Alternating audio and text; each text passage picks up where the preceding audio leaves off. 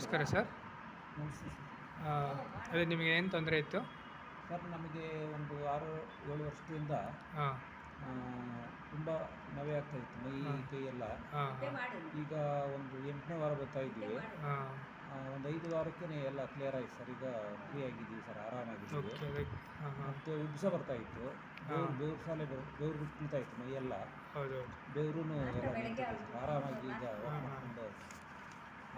Walk ಮಾಡ್ಕೊಂಡು ಹಾಂ ಹಾಂ ಆರಾಮಾಗಿದ್ದೀವಿ ಸರ್. ನಿಮ್ಮ ಕಲರ್ ಥೆರಪಿಯಿಂದ ಓಕೆ. ತುಂಬ ಧನ್ಯವಾದಗಳು ಸರ್ ನಿಮ್ಮ ಇದಕ್ಕೆ. ಈಗ ಮಾತ್ರೆ ಎಲ್ಲ ತಗೊತೀರಾ? ನೋ ಸರ್, ಏನು ಮಾತ್ರೆ ಮೆಡಿಸಿನ್ ಏನೂ ಇಲ್ಲ ಸರ್. ಹಾಂ ಹಾಂ ಆರಾಮಾಗಿ ಓಡಾಡ್ಕೊಂಡು ಸ್ಕಿನ್ ಇಶ್ಯೂಗೆಲ್ಲ ಏನಾದರೂ ಇದು ಮಾಡ್ತೀರಾ?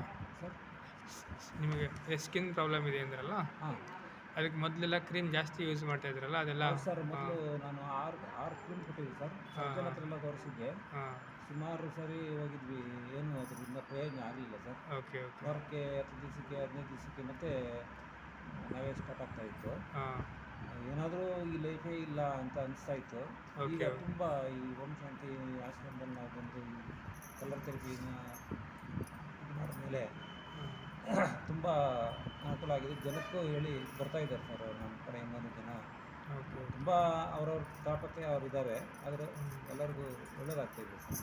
ಓಕೆ. ಹಾಂ ಥ್ಯಾಂಕ್ ಯು. ನಮಸ್ಕಾರ ಸರ್.